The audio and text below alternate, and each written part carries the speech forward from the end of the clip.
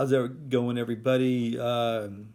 This is like the 7,000th day in a row of coronavirus lockdown, but anyway, I'm with the assignments.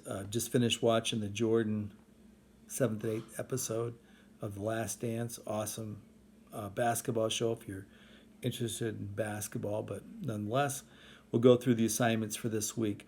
Uh, Last assignment last week, we just got done with Washington's 8 years of presidency. After 8 years, he's tired and he wants to go back to Mount Vernon.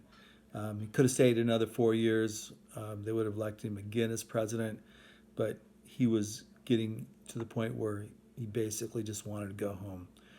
Well, anyway, towards the end of his 8 years, um, two people on his cabinet started fighting a lot. Jefferson, as Secretary of State, and Hamilton, as Secretary of the Treasury, argued about everything.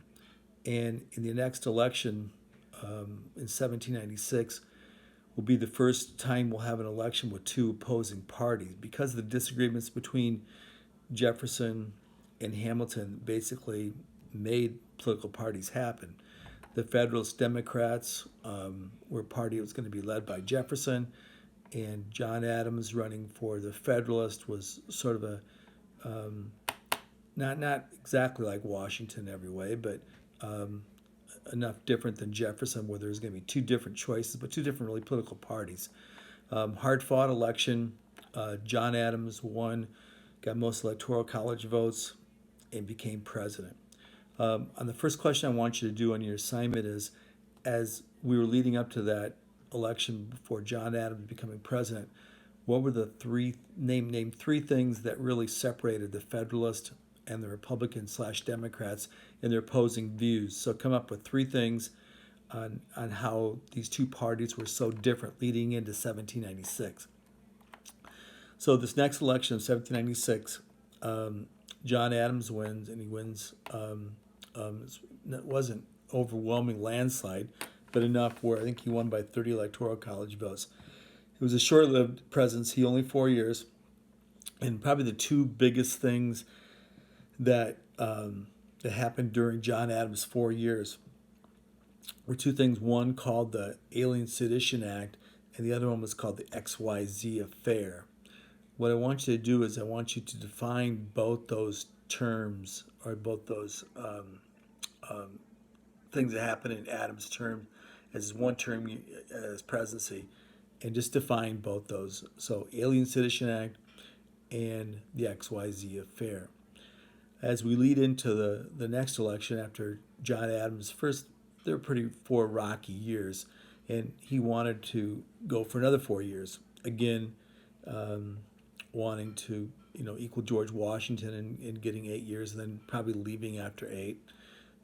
Jefferson is going to oppose him again, but what was really different this time was instead of everybody throwing their name in the hat for the election of 1800, each man picked a vice president. John Adams picked Charles Pinckney, and Thomas Jefferson picked Aaron Burr as his vice president.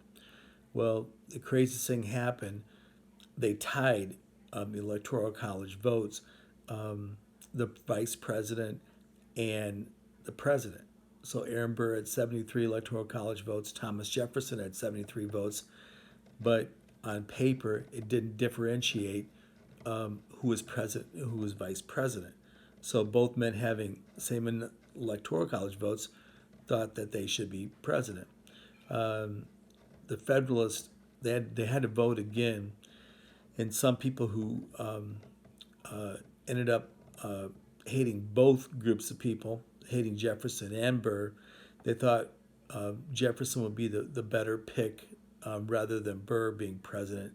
So in the second vote, Jefferson became the president in 1800, and he'll start in 1801. Now, Thomas Jefferson will be president for 8 years, 1801 to 1809, and probably the biggest thing, couple of biggest things that happened during his presidency was a Lewis and Clark expedition that he put together to go up the Missouri River to basically see what he had purchased, Louisiana purchased from the French, what it was all about. What I want you to do with the third question, the third part of the assignment, is on some type of timeline. I want you to chart at least 8 different steps along the way in the Missouri River on what Lewis and Clark actually saw or did on their trip. It took them 2 years to go over the Rockies to the Pacific, back over the Rockies, and back to St. Louis, where Lewis and Clark had started off. So your first date could be the actual start when Lewis and Clark and their tour started the tour with their guides and so forth, and went west up the Missouri into the Rockies, over the Rockies. But they kept really good journals of what happened. So what I want you to do is I want you to come up with 8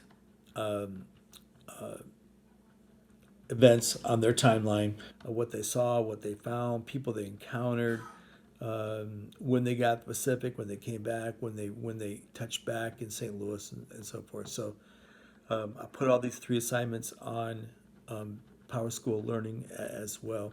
Hope everybody's doing good. Hope everybody's staying healthy, and we'll get those assignments. And any questions, please email me back. Have a good night.